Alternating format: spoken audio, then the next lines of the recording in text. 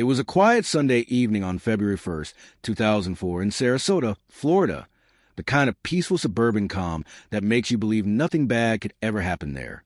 The streets were bathed in the soft orange of the setting sun, palm trees casting long shadows across the sidewalks. Families were settling in after dinner, the hum of televisions echoing faintly from open windows. For 11-year-old Carlie Brucia, it was supposed to be an ordinary walk home. She had just left a friend's house after a fun afternoon. Laughter, music, maybe some talk about school or the next day's plans. Her home was only a short distance away, a few quiet streets that she had walked dozens of times before. But that night, those familiar streets became the setting for one of the most haunting crimes ever caught on camera. Carlie, wearing a pink shirt with a white floral design, was walking through a car wash lot on Bee Ridge Road. Cutting through as a shortcut, something kids in the neighborhood often did. The surveillance cameras there, old and grainy, were still rolling, their lenses fixed on the ordinary scene of passing cars and blinking lights. At 6:21 p.m., those cameras captured the moment that would soon horrify the entire nation. A man appeared on the screen, tall, wearing a mechanic's uniform, his movements casual but focused. He walked toward Carlie as if he knew exactly what he was doing. There was no shouting, no struggle visible, just a few seconds of chilling normalcy. He seemed to talk to her, maybe ask for directions or pretend to help her. Then, in an instant, he placed his hand on her shoulder and guided her out of frame. It was calm, too calm. That short clip, just a few seconds long, will become one of the most circulated pieces of surveillance footage in American crime history, a moment where innocence and evil crossed paths under the indifferent eye of a camera. At first, no one noticed she was gone. Her parents thought she was still at her friend's house, and her friend thought she had already made it home. Hours passed before the realization struck. Carlie wasn't home. The unease that every parent fears began to set in. Phone calls were made. Streets were searched, and neighbors stepped out with flashlights, calling her name into the night. By midnight, the police were involved, and the small, quiet town of Sarasota became the epicenter of a frantic search that would grip the nation. The next morning, that grainy footage was reviewed by investigators, and what they saw sent chills through every officer in the room. It wasn't a blurry, half-seen figure or a shadow. It was clear as day. You could see Carlie. You could see the man. You could see the moment he placed his hand on her shoulder, the moment that changed everything. Detectives froze the frame, zoomed in, replayed it over and over, each time hoping to catch a new detail, a reflection, a logo, a clue. They didn't know it yet, but they were watching the exact moment of her abduction. When the footage was released to the public, it spread like wildfire across national news. Girl abducted on camera. The headline blazed across every TV screen. Parents across America watched in horror as the video played on repeat. That single image, an innocent child, trusting, being led away by a stranger, became seared into the public's consciousness. It was every parent's worst nightmare captured in real time. The FBI quickly joined the search. Helicopters hovered over neighborhoods, 9 units combed through nearby woods, and volunteers scoured every corner of the city. Flyers with Carlie's smiling face, bright eyes, sandy hair, that pink shirt, were plastered on every pole and window. Sarasota was no longer a quiet beachside town. It had become a living crime scene, buzzing with reporters, officers, and grieving neighbors who refused to give up hope. But behind all the chaos and flashing police lights, a grim truth lingered in the background. The man in the video, calm, composed, and confident, seemed too comfortable, too calculated. Investigators began to suspect this wasn't his first time. The community clung to hope, but detectives knew what those first 48 hours often mean in abduction cases. Time was running out. What no one knew then was that the man in that video, later identified as Joseph Smith, a local mechanic with a dark history, had already set events in motion that would lead to one of Florida's most heartbreaking discoveries. For now, all anyone had was that haunting footage, the desperate search, and a growing dread that the story was about to take a very dark turn. The morning after Carlie vanished, Sarasota woke under a heavy sky, gray clouds pressing down like a weight no one could lift. The once quiet suburb had transformed overnight into a community of fear, hope, and desperation. Police cruisers lined B Ridge Road. Reporters crowded around the taped-off car wash, and neighbors gathered in hushed clusters, whispering the same question again and again. Who was that man in the video? The clip was already being replayed across every major network, from CNN to local news. Each frame, each pixel was being studied by experts and ordinary citizens alike. For detectives, it wasn't just a video. It was a trail, a silent witness, and perhaps the only key to finding Carlie before it was too late. Inside the Sarasota Police Department, the investigation room buzzed with tension. A large monitor looped the surveillance footage repeatedly. Detectives leaned in, jotting notes, trying to capture every tiny detail. The suspect's uniform, the way he walked, the tattoo on his arm that flickered for half a second in the dim light. Every second of that clip was dissected frame by frame. The FBI's child abduction rapid deployment team had arrived, bringing in forensic video analysts and behavioral experts who specialized in reading the smallest human movements. The consensus was chilling. This man wasn't nervous or hurried. He moved with confidence. He knew how to control the situation. Soon, a breakthrough came from the most ordinary source, a local mechanic who was watching the footage on the news. He thought the man looked familiar, too familiar. The posture, the uniform, even the way he tucked his hands into his pockets. That looks like Joe Smith, he told detectives when they arrived at his workplace. Joseph P. Smith, a 37-year-old mechanic. Father of three, known around town, but not in the best way. He had a record, one filled with charges that made investigators' blood run cold. Drug possession, assault, and multiple accusations of attempted kidnapping and sexual violence. He was a man who had slipped through the cracks of the system more than once. By that afternoon, Smith's name was at the top of the suspect list. Detectives moved fast. They obtained his photo and compared it with the man in the video. The resemblance was undeniable. The same long face, the same slouch in his shoulders. Within hours, law enforcement surrounded Smith's house. The scene was tense. Flashing lights, officers with drawn weapons, and anxious neighbors peering through curtains. When Smith stepped outside, his hands up, his face was blank. No emotion, no surprise. Just a man who seemed to know that the world had already seen what he had done. Inside the interrogation room, Smith sat under a harsh fluorescent light, the hum of the air conditioning filling the silence between questions. Detectives played the video in front of him, pausing at the moment his hand touched Carlie's shoulder. "Is this you?" one of them asked. Smith stared at the screen, then looked away. "That's not me," he muttered, his voice barely audible. But his composure began to crack when the officers showed the uniform recovered from his home. The same gray mechanic shirt seen in the footage. The same patch. The same grease stains in the same spots. Outside, the search for Carlie intensified. Dozens of officers and volunteers combed nearby fields, ditches, and wooded areas. Helicopters circled overhead, their spotlights sweeping across the landscape like desperate prayers for a miracle. The FBI set up a command post and coordinated with local law enforcement. Search dogs picked up faint trails near the car wash, but lost a scent near a busy intersection, a sign that she may have been forced into a vehicle. The community rallied together, bringing food, flashlights, and hope to exhausted searchers who refused arrest. As the investigation deepened, detectives pieced together Smith's timeline. Witnesses reported seeing a red Buick station wagon near the car wash that night, a car registered to Smith's mother. Surveillance from nearby businesses placed the same vehicle in multiple locations around B Ridge Road that evening. It was enough to secure a warrant. Inside the car, forensic teams found strands of blonde hair and a torn piece of fabric matching Carlie's shirt. The evidence was building. But without Carlie, the case was still a race against time, a desperate effort to turn proof into rescue before the worst became inevitable. Meanwhile, national attention exploded.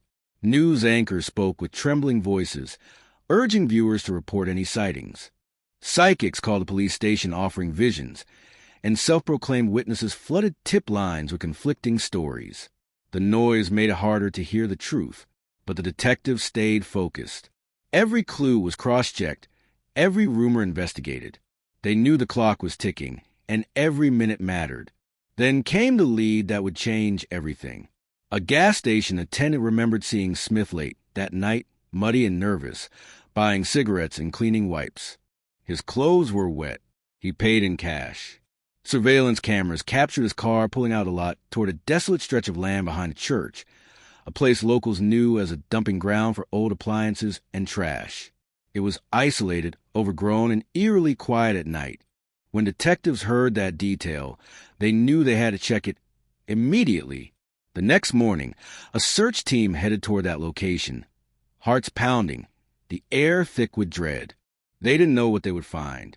But deep down, every officer feared the same thing, that this search was no longer for a missing girl, but for her body. The morning light was dull and pale when the search team reached the overgrown lot behind Central Church of Christ, a stretch of land that seemed forgotten by time. They had been searching for hours already that morning, their boots sinking into the soft ground, their hands brushing through tall grass. The silence was unsettling. Every crack of a branch made them freeze. Every flutter of a bird made hearts skip. Detective Jeff Bell, one of the first to arrive, later recalled that the atmosphere felt wrong, the kind of instinct police learn to trust after years on the job. As they approached a patch of thick brush near the edge of the lot, an officer stopped. Something caught his eye. It was a small piece of fabric, pink, faded, half buried in mud. The kind of color you don't expect to find out here, in a place full of rust and decay. He crouched down, brushed the dirt aside, and called out, "We got something." Within seconds, the area was cordoned off. The other officers gathered, their faces tense. More pieces of fabric emerged, torn, tangled in weeds. Then, as they moved the brush aside, the truth surfaced.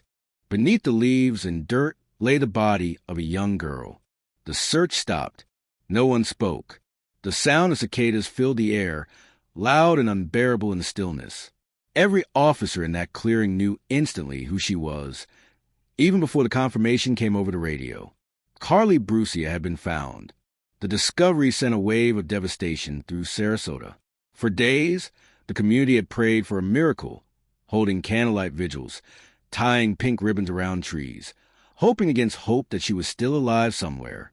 That hope was gone now. The police radio crackled with the official confirmation, and the words echoed like a death sentence across the entire state. Body located. Female juvenile. Positive ID pending. Investigators worked in silence, documenting the scene with the precision and care that only comes from the heaviest kind of duty. Forensic teams photographed every inch, every angle, every clue.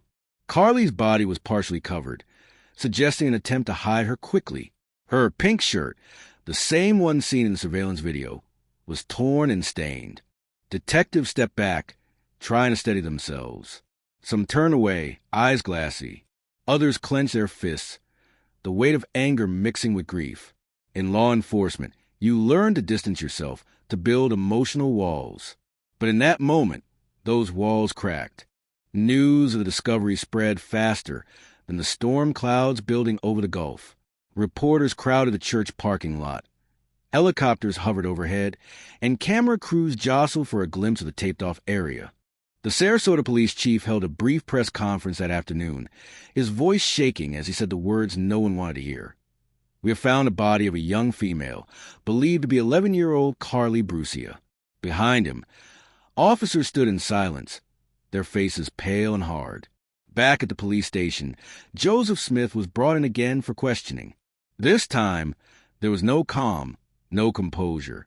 He shifted in his seat, sweating, avoiding eye contact as detectives laid out the evidence.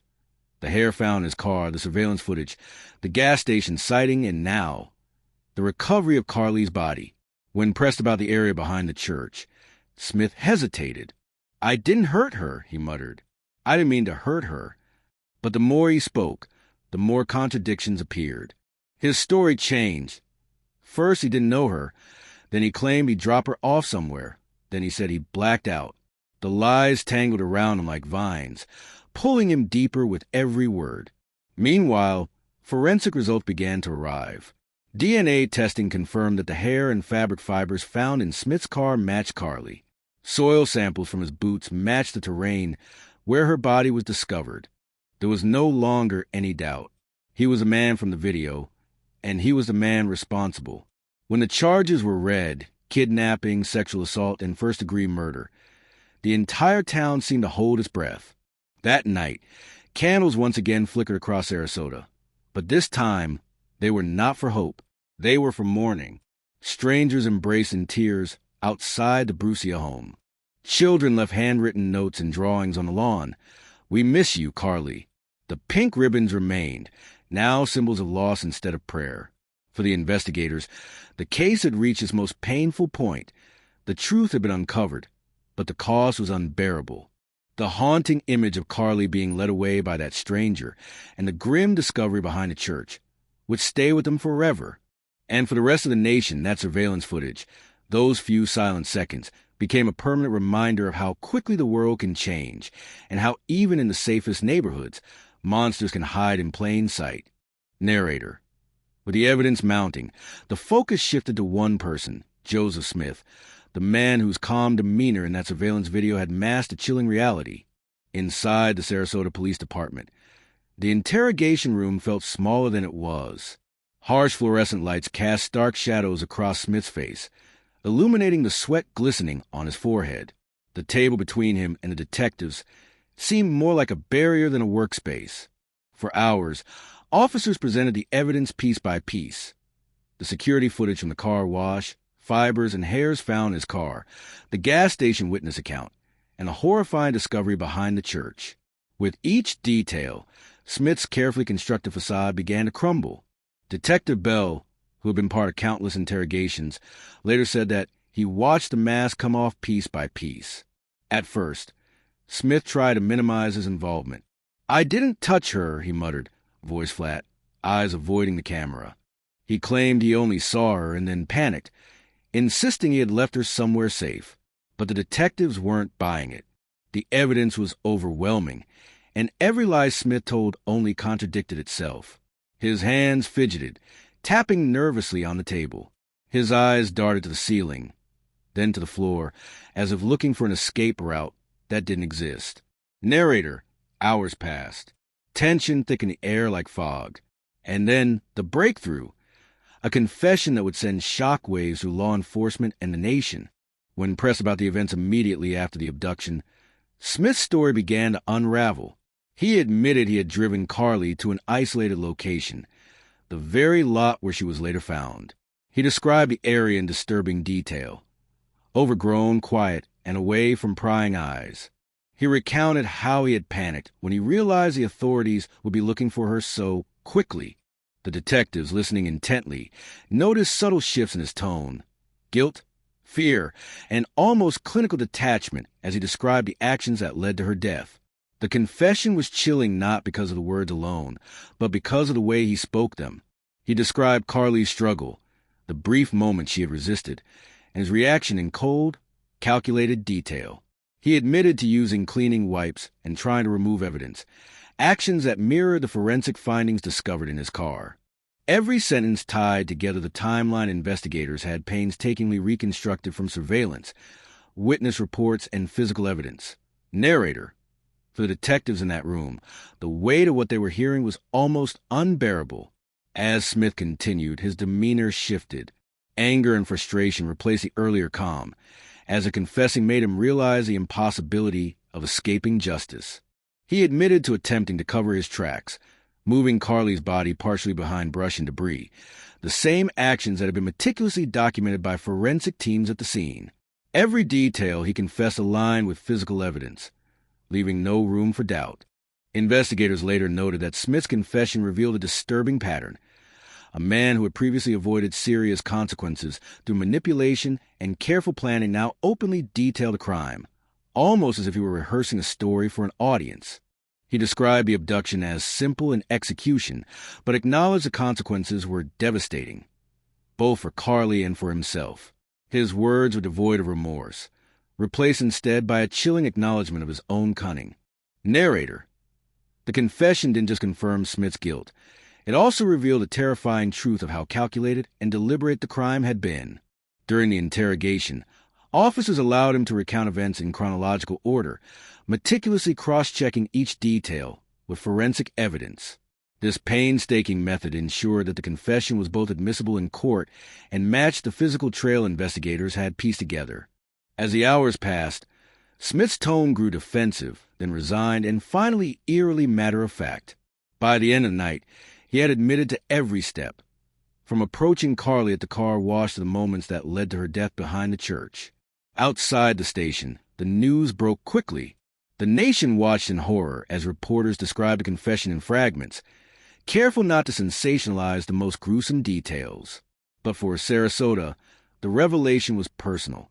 Families and neighbors who had prayed tirelessly for Carlie's safe return now grappled with the horrifying reality that the child they had sought for days had been murdered in cold blood by a man who had appeared ordinary on the surface. Narrator. By the time the confession was complete, there was no longer any question of who had taken Carlie Brucia or how far the evil had reached. The focus now shifted to one thing: ensuring justice would be served and that her story would never be forgotten. Narrator. With Joseph Smith's confession in hand, Sarasota's law enforcement moved quickly to secure a formal arrest, bringing a sense of both relief and dread to the grieving community. By late evening, Smith was formally taken into custody. Police officers in full uniform led him out of the station under tight security, handcuffs glinting under the flashing lights of patrol cars. Reporters had already gathered outside, cameras clicking and microphones thrust forward, capturing every movement. Neighbors whispered among themselves, some shaking their heads in disbelief, others quietly weeping. For the first time in days, there was a sense of closure, but it was bitter, hollow, and painful. The news spread across the nation almost instantly. Headlines screamed, "Man confesses to abduction and murder of 11-year-old Carlie Brucia." Television anchors, their voices heavy with shock and sorrow, showed the grainy car wash footage side by side with photos of Smith in handcuffs. The story quickly became a media frenzy. Reporters dug into his past, uncovering arrests, prior accusations, and warnings that had gone unheeded. The public learned that Smith had been under scrutiny for years, and many were left asking a haunting question: how could someone like him have been allowed to walk free? Inside the courtroom, the legal proceedings began slowly, almost painfully. Pre-trial hearings drew national attention, with journalists documenting every detail, every argument from the defense and prosecution. Smith was charged with kidnapping, sexual assault, and first-degree murder, crimes that carried the weight of life imprisonment or even the death penalty under Florida law. The prosecution, armed with forensic evidence, witness statements, and Smith's chilling confession, prepared to build a case that would leave no room for doubt. Narrator. But the courtroom wasn't just about evidence. It became a stage for a community's grief and outrage.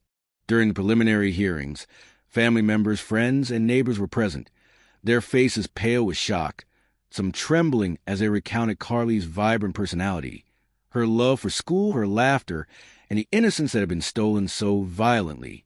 Victim impact statements were read, each word carrying the weight of a life ended too soon. Carlie's mother described the night she realized her daughter was missing, the terror of every unanswered phone call, and the nightmare of learning the truth. Her voice cracked, a raw sound that echoed in the silent courtroom. Meanwhile, Smith's defense attorneys attempted to paint him as a man with a troubled past, claiming psychological issues and an inability to control impulses. They argued procedural technicalities and sought to minimize the severity of his actions, but the evidence was overwhelming. Every fiber found in his car, every trace of DNA, the surveillance footage, and the confession itself created an unbroken chain of proof. Prosecutors presented it methodically, showing the jury the terrifying precision of Smith's crime, how he had planned, executed, and tried to cover his tracks with chilling calm. Narrator.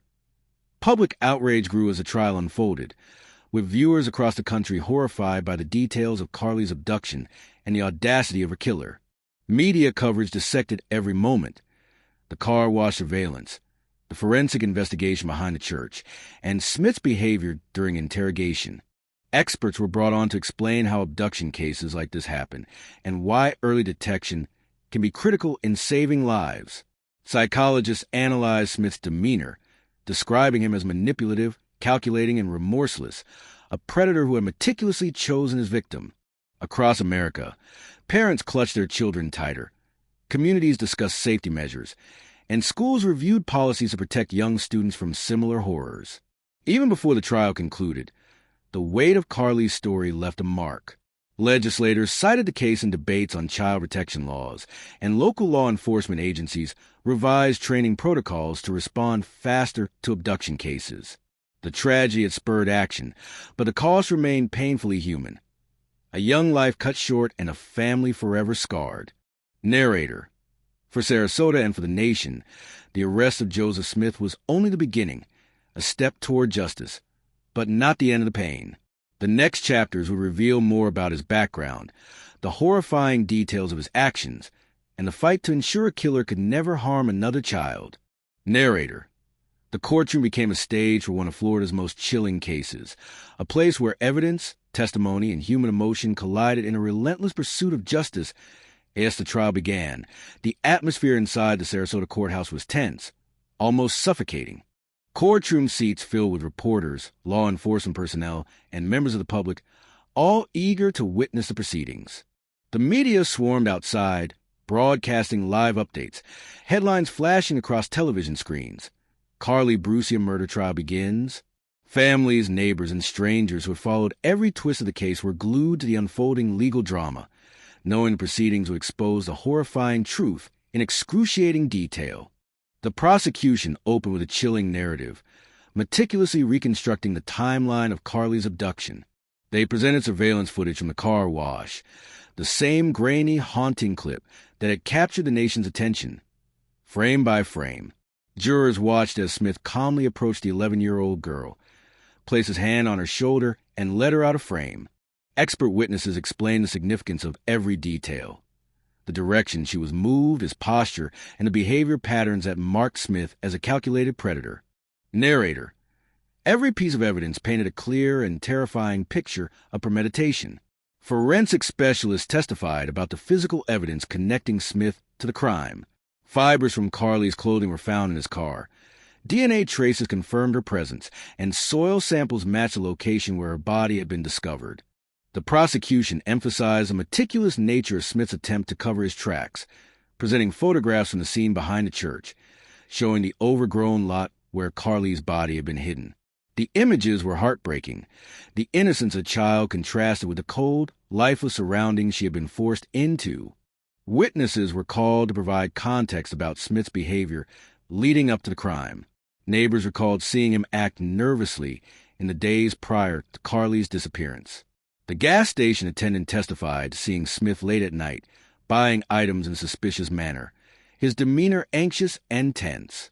Psychologists analyzed Smith's confession and courtroom demeanor, describing him as manipulative, remorseless, and methodical. They explained how predators often study their victims and plan with frightening precision, insights that left jurors visibly shaken. Narrator. But the trial wasn't just about evidence. It was about human emotion, grief, and the devastating ripple effects of violence. Carlie's family had a chance to testify. Her mother's voice trembled as she recounted the hours of panic, the desperate phone calls, and the unbearable realization of her daughter's fate. Her father described the heartbreak of holding on to hope, while knowing deep down the worst had already happened. The impact on the community was also highlighted. Schools had tightened security. Neighbors were left questioning their own safety, and a small town had been irrevocably changed by a single act of cruelty. Throughout the trial, the defense attempted to challenge the evidence, questioning the reliability of forensic tests and suggesting Smith's mental state could mitigate his culpability. But the prosecution countered each claim with meticulous documentation and expert testimony. The chain of evidence was airtight. The jurors were presented with a detailed narrative of premeditation, abduction, and murder, leaving little room for doubt about Smith's guilt. Narrator. Day by day, the details of the crime unfolded like a horrifying story no one wanted to believe, yet everyone needed to hear. The media coverage amplified the emotional weight of the proceedings. Every new revelation was dissected on national news, online forums, and talk shows. Experts analyzed the footage, discussed warning signs, and explored ways communities could prevent similar tragedies. For the public, the trial became both a cautionary tale and a painful journey through grief and outrage.